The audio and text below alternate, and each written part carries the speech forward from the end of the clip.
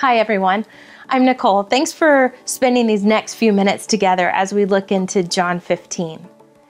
So in this chapter, Jesus is illustrating that the Father is the gardener, He's the vine, and we are the branches, and that we are supposed to bear fruit. Then in verse 4, Jesus says, "Abide in me and I in you, as the branch cannot bear fruit by itself unless it abides in the vine. Neither can you unless you abide in me." So I get stuck on this word abide, and I'm trying to wrap my head around it, trying to understand what's the deeper meaning here, and I'm just not really sure. So I did what probably most of us do. I asked for the opinion of a couple of friends. So even in this current stay-at-home order, we sat down together and I asked them, what do you think abide means? And my kids told me to follow the rules. And I said, yeah, that works, except a little bit later in the chapter, Jesus says again, abide in my love. So not sure about it, my son said, hey Google, what does abide mean? Here's the definition of abide: accept or act in accordance with a rule, decision, or recommendation. So we spent the rest of the time trying to figure out how we could take the American definition of abide and push it into the scripture to help it to make sense. Finally, later that evening, I did what any good Bible college graduate would do, or even anyone who sits under a pastor that has a biblical languages degree. I looked a little deeper. The word Jesus uses there literally translates to remain. Remain in me.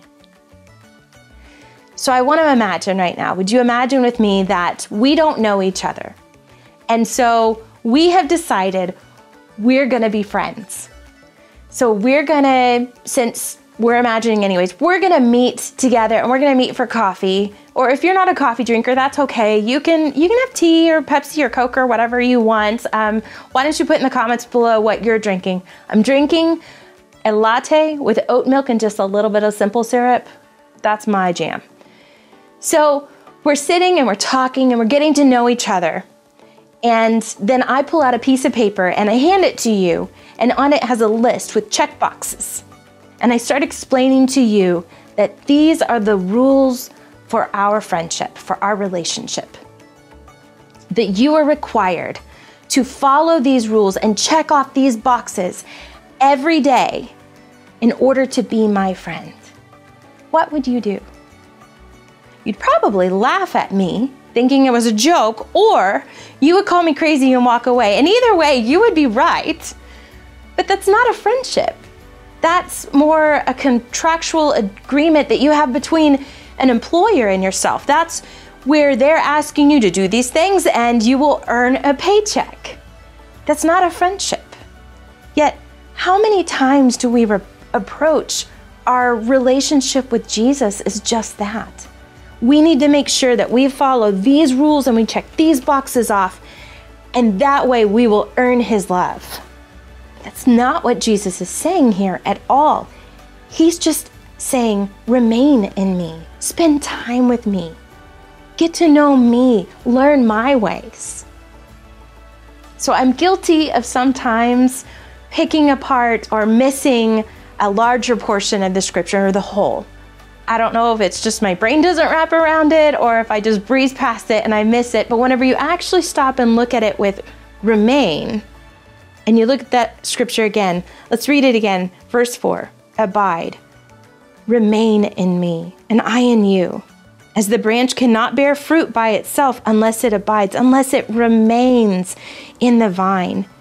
Neither can you unless you abide, unless you remain in me. The branch isn't following the rules of the vine. It's not checking off the to-dos that the vine is giving it.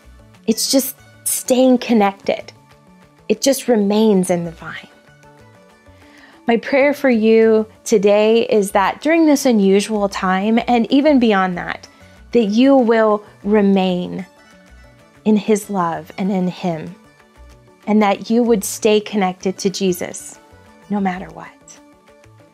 If you haven't subscribed to the Praise channel, please be sure to do so. Make sure you hit all the buttons, like, subscribe, and the bell. That way we can stay connected to one another.